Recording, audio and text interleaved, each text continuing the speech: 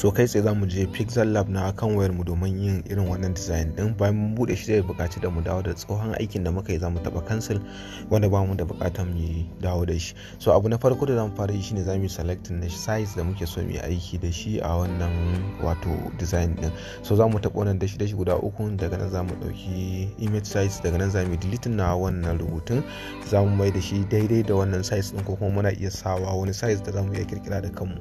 So misali zan sa kamar haka, wato width din shi zai zama cewa 715, sai kuma height din shi wanda daga dama zan iya sawa, misali zan iya sa haka whatever dai. So bayan na kammala zan taba OK, daga nan zamu ga size din ya bambanta ko kuma ya canja daga yadda yake zuwa haka. So abu na farko da zamu yi deleting na wannan new text din ta hanyar taba A da kuma taba deleting. A wanda zamu fara yi shine background, zamu yi selecting na kalar background da muke so mu sa a background din. So zamu zo daga nan zamu yi selecting wannan abun kamar yadda yake a nan, daga nan akwai kalo zamu yi selecting kalo. In mun zo nan wajen zamu ga akwai kaloli mabambanta kamar yadda muke gani. So zan yi selecting wannan kalar na farko. Idan kana so ka gano actual sunan wannan kalar shine zaka taba wannan plus din. In ka taba plus zaka taba pencil, wanda shine zai nuna ma sunan kalar, gashi ana 00798C, wanda idan ka zo nan wajen duk sunan da yake a gun zaka goge, zaka rubuta exactly wannan sunan kalan. Bayan ka kammala sai ka taba OK, sai ka taba OK, still shine zaka ga kalan ya canja ya dawo kamar yadda muke gani ana. So tunda mun sa kala, daga nan zamu importing na hoton da zamu yi aiki da shi. Already akwai hoto da nayi cropping akan wayan nan, saboda haka zan dauko wannan hoton zamu yi editing din da shi. So zan taba import, in na taba import wanda shine zai bani damar da zan ga cikin wayana kamar yadda yake a nan wajen. So daga nan zan yi selecting gallery na kan wayana, zan duba folder da wannan hoton yake, zan ɗauko shi sai na yi aiki da shi ko na yi editing din da shi. So bari in dubo shi a nitse kamar yadda yake ana. So wannan shine hoton da na yi aiki da shi. Bayan na kawo shi zan rage size, zan selecting wannan 1-1 kamar yadda yake a nan wajen. Bayan na selecting din shi zamu ga ya zo kamar haka. So still zan ƙara matse shi, zan dawo da shi kamar haka, zan yanke shi kamar haka. So zan kawo abun zuwa haka. So bayan na kammala zan taba good kamar yadda muke gani ana. Zan yi exporting na hoton kamar yadda muke gani haka. So bayan na yi exporting ko kuma na sa hoton haka, zan yi dan yi moving din shi kamar yadda muke gani haka. So daga nan zan zo, daga nan zan yi selecting wannan abun, zan sa mishi kwado. Bayan na sa mishi kwado zan zo, daga nan zan taba shadow ko zan taba sharps kamar yadda yake a nan. Bayan na taba sharps zan selecting guda daya kamar yadda yake a nan, zan yi matse shi, zan ja shi zuwa haka. So abin da zamu yi daga nan, zan zo ni zan yi selecting gradient kamar yadda yake a nan wajen. Zan yi selecting kowace kala, misali na yi selecting wannan ja din, ko kuma misali daga nan zan zo ni akwai kowace kala dai ne selecting, amma ga wannan akwai ta kowanne. So zan yi selecting wannan. Bayan na yi selecting ita zan zo in taba plus kamar yadda yake a nan wajen. So daga nan zan yi selecting wannan bakin, zan taba wannan dan abun kamar yadda muke gani a nan. Na taba shi sai in jawo wannan zuwa haka, sai na taba OK kamar yadda muke gani. So bayan na taba OK, daga nan sai in taba wannan farar. Bayan na taba sai yanzu daga nan in taba wannan abun. So in na taba zan zo ni in selecting wannan, wanda shine zai bani dama na yi selecting na kalar da nake so in sa a wajen. So na yi selecting wannan kala na background kamar yadda muke gani, sai in taba good, sai in taba OK, wanda shine zamu ga kalar ta canja. So daga nan zan yi moving wannan abun zuwa sama kamar yadda muke gani haka. Bayan na kammala sai in taba OK, wanda shine zai fidda mana shaden abun kamar yadda muke gani a haka. So bayan na kammala zan taba good, daga nan zan zo in taba wannan abun, zan samu shi kwado shi ma, so kamar yadda muke gani.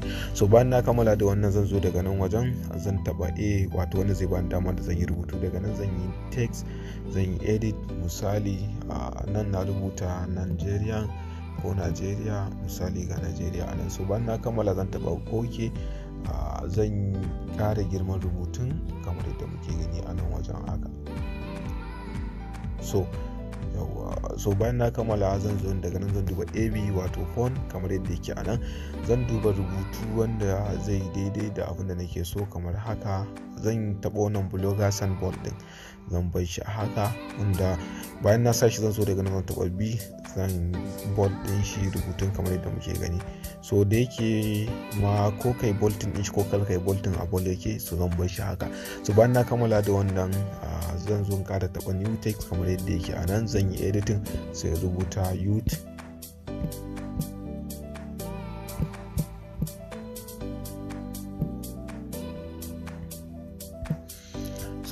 bayan na yi selecting zan taɓa ok, daga nan zan yi ƙasa da shi. So zan zo daga nan zan duba ab wato font, zan yi selecting wani rubutu guda ɗaya mai ɗan style. Ga wannan rubutun, wannan db din nan, wannan kenan na yi select ne sai in taba ok. So zan zo daga nan wajen, ko da ke bari in canza rubutun zuwa capital letter, zan dawo in taba edit, na taba edit zan taba wannan t din, wanda shine zai mai damu rubutun capital letter kamar ita muke gani. So bayan na kammala zan zo daga nan zan rage size na shi rubutun, zan dawo da shi at least zan dawo da shi 40, sai in taba good. Sai in zo daga nan akwai spacing, zan yi enable na spacing, zan ja shi zuwa 50. So shi ma ina iya barin shi haka. Daga nan zan zo na yi moving din shi ya dawo tsakiyar rubutun Najeriya din, so ina iya barin shi haka. So bayan na kammala sai in zo in ƙara taɓa text, sai in yi editing, sai na rubuta misali a nan na rubuta sport. So bayan na kammala shi ma zan taɓa ok kamar yadda yake a nan wajen, zan iyo ƙasa da shi. So zan zo daga nan zan duba ab wato font, zan yi selecting wannan bloggers din kamar yadda yake a nan. So bayan na kunna shi sai in zo daga nan akwai background, zan yi enable na background kamar yadda yake a nan. So bayan na yi enable zan duba daga ƙasa akwai padding right kamar yadda yake a nan, so zan yi enable din shi. Daga nan akwai ƙasan nan akwai sama kai akwai left padding, shi ma zan yi enable din shi yadda muke gani. So zan zo daga kasan nan akwai radius, zan yi enable radius zuwa 10 kamar yadda muke gani. So bayan na kammala zan zo daga nan zan duba kalan da nake so in sa background din, ga ja ga kuma dark red. So zan yi select wannan dark red din kamar yadda muke gani. So bayan na kammala da wannan, so zan kada taba text, zan yi editing, zan rubuta misali, na iya rubuta misali mg, ko kuma muna iya rubuta misali Usman. So bayan na kammala sai taba ok, daga nan zan iyo ƙasa da rubutun, zan yi ƙara girman shi zuwa yadda nake so, misali na iya barin shi haka. So daga nan zan zo in duba rubutu, zan duba wato ab font kenan, zan duba wani kalar rubutu da ya mun wanda zai fidda sharp mai kyau. So muna iya ɗaukan wannan, ko kuma muna iya canjawa, muna iya duba dai rubutun da ya mana wanda zai yi daidai da tsarin ranmu, sai mu select din shi, amma barin sa wani meme font din. So ina iya barin shi haka, barin ƙara girman rubutun.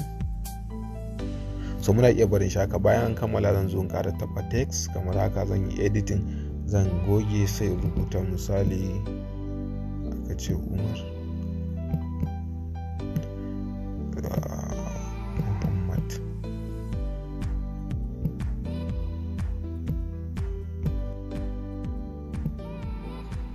So bayan na kammala zan taɓa ok, zan yi ƙasa da rubutun, zan enable din shi ko zan ƙara girman shi. So daga nan zan zo ne zan duba misali zan sa ab wato zan yi select wani rubutu.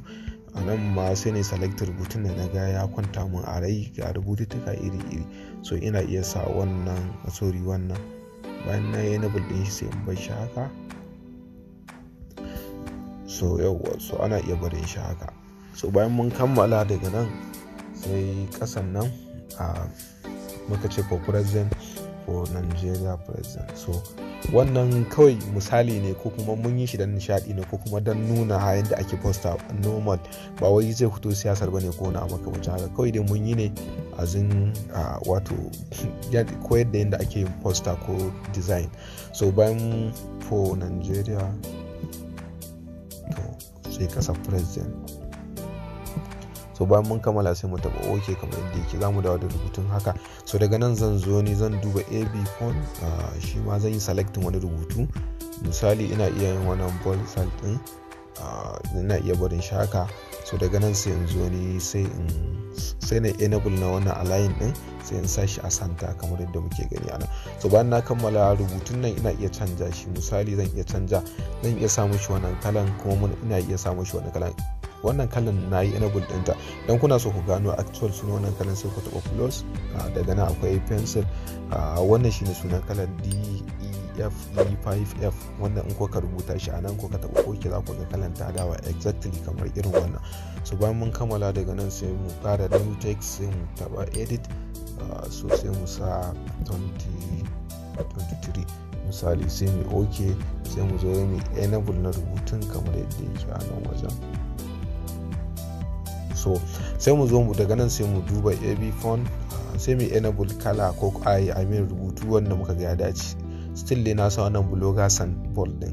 So wannan shine hanyar da ake bi wajen yin irin wannan designing. Kuma idan akwai abin da ba fahimta ba na iya tambaya na wajen comment box in Allah kadara ina da amsa zan sanar da mu.